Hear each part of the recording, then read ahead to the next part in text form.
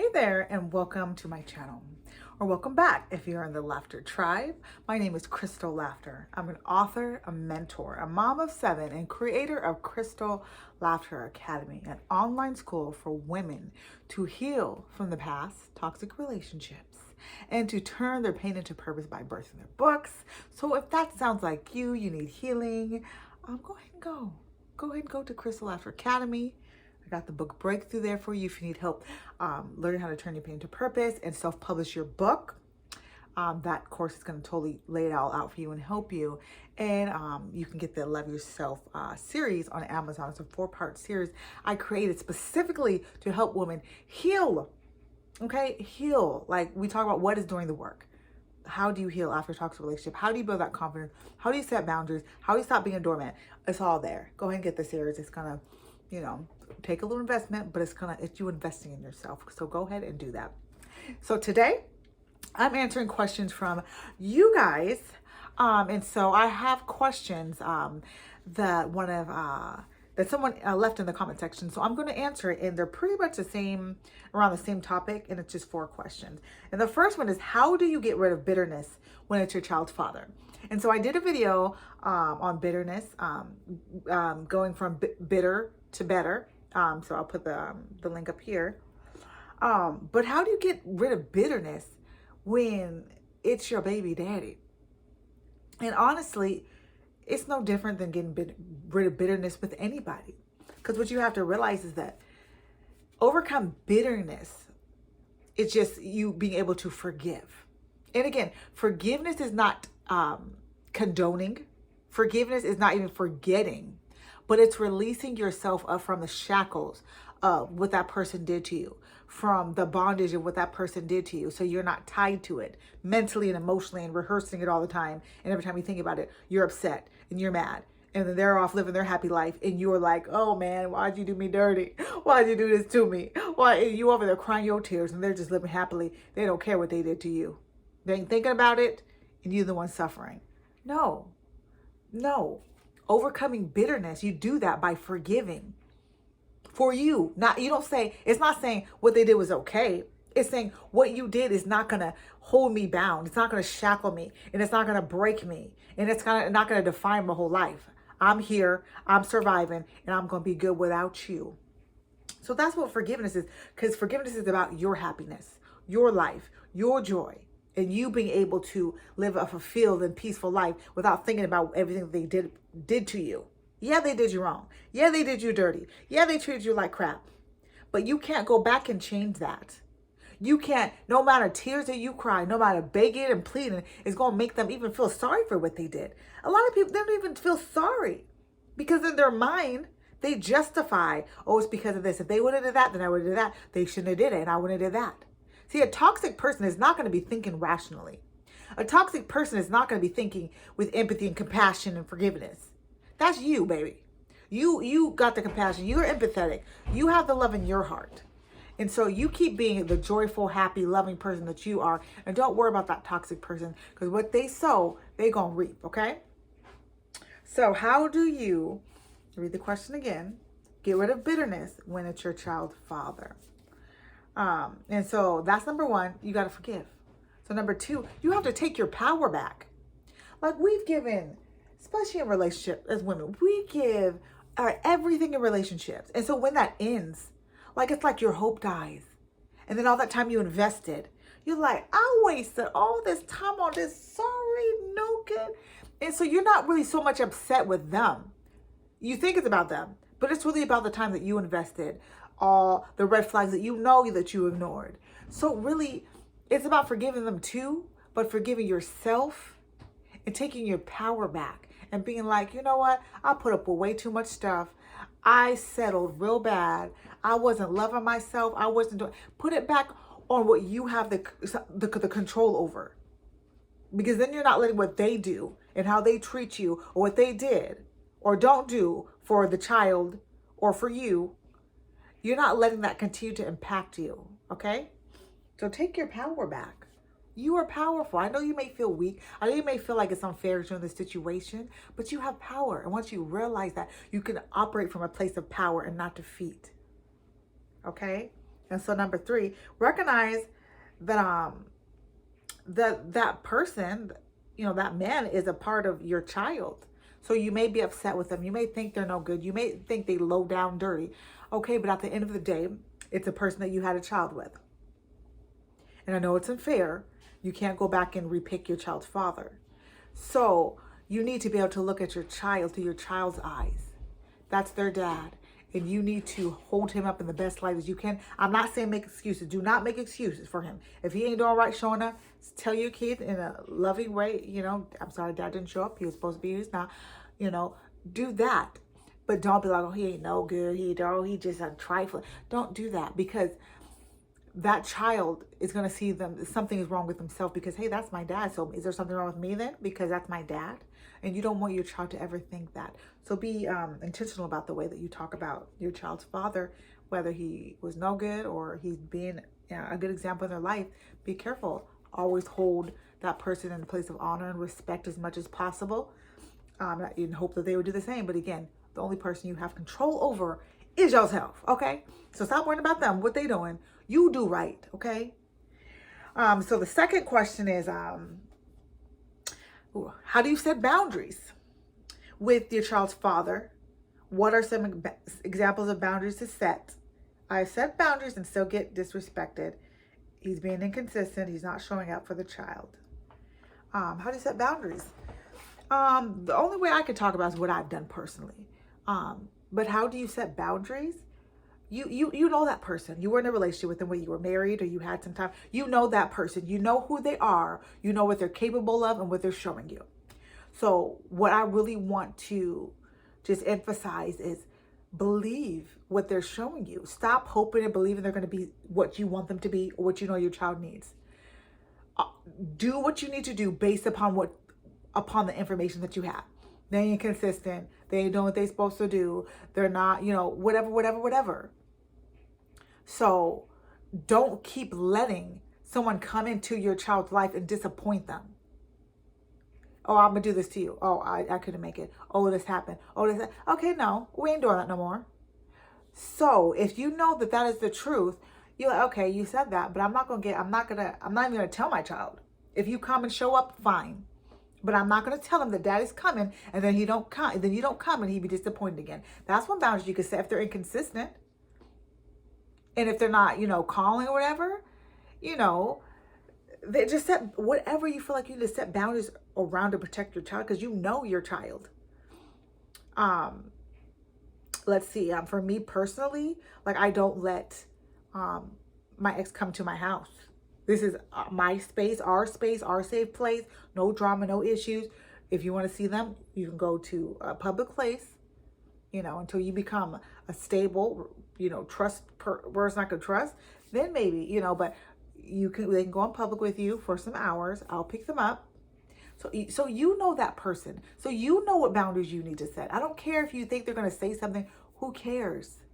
Because they're the person not being mature. They're the person not doing what they're supposed to do. So you, as a mature parent, are supposed to decide what's going to be best for you and your child. And I don't care what they have to say, as long as it's not like I guess like a court order or something. Do what you need to do, protect your child. Don't feel bad about protecting your child and protecting yourself mentally and emotionally. That's your job as a parent. But if you're setting boundaries and you're still getting disrespected, okay. So boundaries means that when you cross this boundary, there's a consequence. Okay, say I'm taking them, dropping them off, and you like to curse at me just because you trifling and whatever. Okay, well, I'm not going to give you another opportunity to curse at me. If you can't speak to me with respect, then either we're going to have a third party. You're going to have to have a third party come and pick them up to meet with me, or I will not be seeing it until you go to court and we figure this out, because I'm not going to allow you to disrespect me and dishonor me. Just because we have a child together, you don't have a right to disrespect me. You know what I mean? And if they're inconsistent, then that's something that you do with the courts. You just stop. You say, okay, you're not being consistent. You're not following the court order, whatever it is, or spoken agreement. And therefore, for the moment, until I see some changed behavior, you're not going to have the right to come in this child's life, because they deserve better than that. So that's what you do. You decide based upon your knowledge of them, what is best. Just a second. David, please go outside while I'm recording and stop coming back inside. You decide what's best based upon what you know about the other parent, your child, and your guys' situation. So number 3, father disrespecting boundaries. David, I'm recording. Children, they know I'm recording. Father disrespecting boundaries while I'm trying to heal. And so I'm not sure exactly what that means. I guess that's you're not being consistent. I don't know. What does that mean? Father disrespecting boundaries. Again, take your power back. No one can disrespect a boundary unless they have access to you. So if someone is being deliberately disrespectful to you, then they don't have access to you. Stop being afraid to cut people off. Like in my social media, my child's father, they don't have access to my social media. You don't need access to my social media. You need access to be able to call your children or for me to call you to tell you about your children. That is it. You don't need to know nothing about my personal life. You don't need to know about my home. You don't need to know none of that stuff. It don't got nothing to do with you. You had your opportunity, and at this moment, you trifle it, and I can't trust you. You don't need to be in my personal space. The only thing you need to know about is your child or your children. That is it. Okay? So, disrespecting. You don't allow people to disrespect you. I mean, there's things called the popos. I mean, if it's like that where they're like stalking you or just like being belligerent or dangerous, that's threatening. It's called restraining order. Yeah, restraining order. If someone is disrespecting you, they violate your boundaries, your personal boundaries, your home, whatever it is, stop being afraid. If someone is not afraid to disrespect you, like you teach people how to treat you. You have to stop that language that you've been speaking. Okay, I'm going to let you walk all over me. I'm just going to tell you I don't like it, but you're going to keep doing it anyway. We're going to keep doing the same thing. No, we ain't. And you have to tell yourself that. You have to get to the point where you know that you deserve better. You deserve somebody to respect you, especially you taking care of their child. They ain't no good. They ain't doing what they supposed to do. Then you want to come disrespect. Woo, Jesus. Woo, that's a good one. And you got the nerve to disrespect me with your trifling, nasty. See, talk to people. They were trying to make you feel like the lowest of low. Like they is just the cream of the crop. Okay, they just came from a trash can. But they think they the cream of the crop, whatever they say. You over here being mature. You taking care of your children. You ain't asking them for nothing. You doing what you supposed to do, grinding, and they got the nerve to be trifling. Just trifling. And you got the nerve with your trifling self? Like, you got to be real because, like, come on now. Come on. No. Stop letting people make you feel like trash when they just stepped out the trash can. They the trash man. But they want to make you feel like trash so you can be on the same level with them. No, queen. Stay up here. You're a queen. No, queens don't just get, they got security.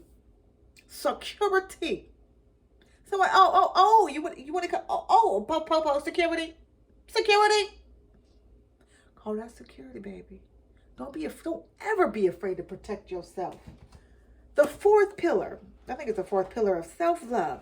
In my new book, Love Yourself Again, is self-preservation. How many women are not exercising their power to preserve their own life, to preserve their own self-respect, their own dignity, and letting people just run over them?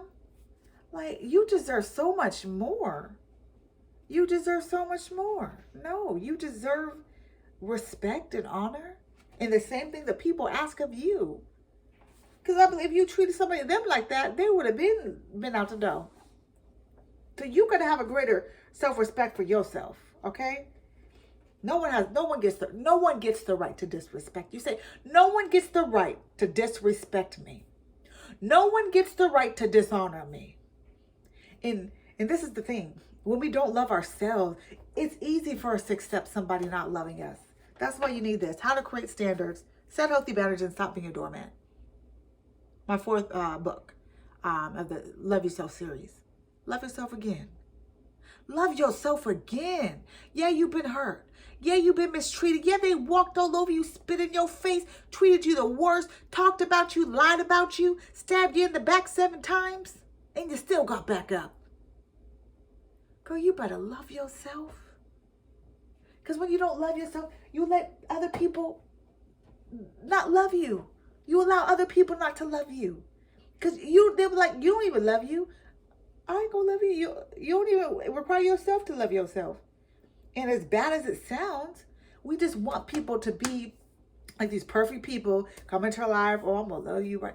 They ain't gonna do it. Toxic people are not gonna love you right. They ain't gonna treat you right. They ain't gonna do right by you, and they ain't trying to. And the less they see you doing right by yourself, the more they gonna treat you like crap. Feel like, okay, you ain't gonna do nothing. You don't feel good about yourself. Good. I'm gonna keep. Can I get some money? Oh, I'm gonna walk out. Okay, then can I come back and have a place to stay? And then can you cook me dinner? And I'm gonna still curse you out and call you this and treat you bad and cheat on you. We gotta love ourselves. We as women have to love ourselves so much that even if another man, if a man never came back into our life, and we had to spend the rest of our life alone, and that's what the problem a lot of it is. We scared of what life would look like by ourselves because we don't even know who we are anymore. We let a man steal our identity. We allowed the world to convince us that the only worth that we have is in a relationship. You know, there's a whole world out here, beautiful, shining, waiting to be lived. But you worried about a raggedy old man who don't even love you. No, like enough. But let's get back to this thing. Where we at? How do you parent from a distance with someone who keeps disrespecting your boundaries? Parent from a distance. I'm not sure what that means. If it's long distance, you sound like you need a popo. How you get the popos? Nana, wanna. Hey, this fool keep coming to my house. I told him, don't come back to my house. He don't live here. He ain't on lease. Come get him. You don't allow people to keep disrespecting your boundaries. They disrespect your boundaries because you're bluffing. Okay, I'll tell you what I live. So don't feel like I'm being hard on you. I'm telling you the truth. What I wish somebody would have taught me. People keep disrespecting your boundaries because they know they can get away with it. Y'all, stop being a doormat. How to create standard, set healthy boundaries, and stop being a doormat. Y'all.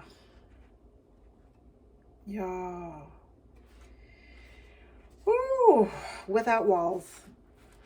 Page 51. A city without walls is quickly overtaken, and a house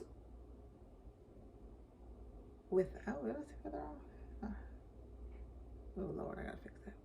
Anyway, but a house without a door is not hard to rob. Imagine going into a jewelry store with no security system. The beautiful glass-lit cases sparkle with diamonds, gold, and colorful gems. As you admire the jewelry, you overhear the store owner saying he doesn't have any lock for the jewelry cases. He also can't afford a security guard or a lock for the door. Unbeknownst to the jewelry, a thief is in the jewelry store and overhears the conversation. The next day, when you return to the store to buy jewelry, you find broken glass, yellow tape, and police cars surrounding the building. The store has been burglarized. The owner failed to protect his precious treasure. Like the jewelry store owner, we fail to defend ourselves when we lack self-love. It's not that toxic people are drawn to you. You don't have anything to keep them out. Yeah, forgive me if there's any little typos and mistakes in here. I'm gonna have to fix that a word that was off, but y'all, it's bigger than that. This is bigger than you. You teaching people how to treat you. You're teaching people how to treat you. And it hurts. It hurts when others don't love us. But it hurts worse when we don't love ourselves because it just keeps going on. And the cycle keeps going on. And it keeps going on until you break it. By knowing your worth, by knowing your value, and by refusing to tolerate people treating you like crap. Because at the end of the day, he treats you like that because he knows he can get away with it, and you tolerate it for so long that that's all you're going to put up with because that's all he's been giving you. And no, it's not your fault. It's not your fault that someone is trashy. It's not your fault that someone is good for nothing, for no reason at all, but that they chose to be that way. But what you can do to heal is to go about your business. Be happy. Yeah, it hurt. When you have to look at your child, why am my daddy in my life? Why am my daddy loving me? Why ain't daddy this? Child, I don't know, baby. But daddy ain't being the best he can be right now. And right now, it's best for him not to be in your life, because you deserve a daddy who gonna love you, who gonna be the best daddy for you. And I pray one day that daddy will be that. But if you don't, you're still special. You're still amazing. And you're still the most wonderful child in this whole world. And your daddy's the one who's missing out. That's how you talk to that child. You don't shield him from it and be like, oh, daddy's just, no, because he being trifling. Yeah, he is. But you also let them know that, hey, daddy's not being, he could be better, but he's choosing not to be. He's a grown-up. And that when he's ready, he'll come back in his life. And if he doesn't, it's not your fault. But don't let nobody hinder your healing. Forgive. No, it's not saying excuse me. What they did was right, but it's freeing yourself. I'm not going to let what you did keep me bound. I'm not going to let what you did and how you treated me make me feel like I'm less and I don't deserve it. Because, baby, you don't know what you was missing. You don't know what you're missing out on. You played yourself when you played me, baby. Go ahead and think like that. Stop looking at, oh, he left me. Oh, I'm going to say, you played yourself when you played me. Baby. Ooh. You got to look at it like that. When you see yourself as a prize, yourself as something special, you're going to be like, you's a fool. Bye. Because God got somebody who's going to receive all this goodness, all this loving. He going to recognize value and not be a fool like you. So we got to love ourselves better. We got to affirm ourselves. We got to heal. The Love Yourself workbook, just taking you back from childhood to heal. Where do we learn these things? Where do these cycles and these thoughts come from? The affirmation journal, affirming yourself. Fear don't live here no more. Affirmation 82.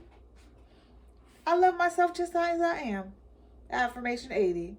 Shame don't live here no more. Affirmation 79. I trust my intuition. I see the good in me. I am beautiful. I'm getting better and better every day. I learn from my mistakes quickly. My presence is a privilege. You sitting here, a lot of times we're chasing after somebody else, just trying to beg for their love. Please, you was a blessing. Your presence is a privilege. And until we believe that, you're gonna probably repeat the same things. So that's why you need to love yourself. You need to believe that you are worthy. You need to stop letting people hinder you. I don't care you had a relationship with them before. I don't care if they're your child's father. That don't mean nothing. Now, it would mean something if they was being grown and respectful. Then, okay, yeah, you're my child's father. Go ahead now. Do your thing now. Okay, now we can have a decent relationship and raise this child together. But he ain't on that. He on the low road. So you take the high road and love yourself. Go and exercise, eat right. Take care of yourself. Take care of your mind and your thoughts. Heal your heart. Go ahead and go to Crystal After Camera. I got courses for you to help heal. Read the Love Yourself series. Go ahead and get your book. Go ahead and do that book, Breakthrough. And help other people. Don't stay stuck. Don't stay broken and hurting over somebody who ain't hurting over you. They ain't thinking about you. They did you wrong and they off the next one. But that's okay, because he gonna reap what he sow. And you gonna reap what you sow, love and patience and forgiveness and kindness. So don't worry about that. Don't worry about him. Keep healing. Take the advice that I gave you. Apply it where it needs to. Chew the meat, spit out the bones. But yeah. Don't let nobody steal your light. Don't let nobody steal your joy. Okay? God created you to be happy, to flourish, to shine. And anybody standing in the sun to block you, to keep you from shining, ain't worth it. Okay? So you love your children. Okay? You let them know that they're special. Invest in them. Invest in yourself. And y'all going to be just fine. And you don't want to be a part of that being consistent? I talk fast sometimes. I'm like, what did I just say? If you don't want to be in their life and be consistent, then it says lost. Keep on living life. Don't boo-hoo and cry about him. Move on and act like he ain't even there. You'll be fine. And he gonna be looking stupid when his child is grown and his child was like, why weren't you was in my child's life? Why weren't you in my life, daddy? He's gonna want to have to face that funk. So do you. You're doing a great job. Love yourself. Hug yourself. Give your child a hug. Go take him out some ice cream. Go watch a movie. Do something positive, but take your mind off of people who act like a fool. Okay? Because just now.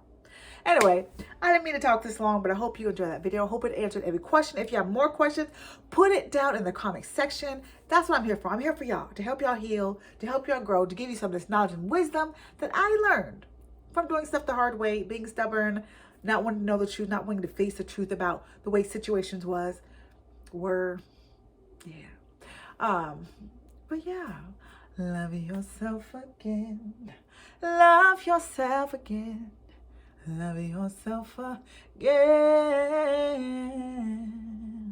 Love yourself again. Girl, why you tripping? Love yourself again. I know you played the fool. Girl, I played it too. Gonna love yourself again.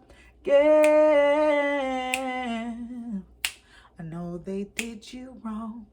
That's why I wrote the song. Love yourself again. Love yourself again.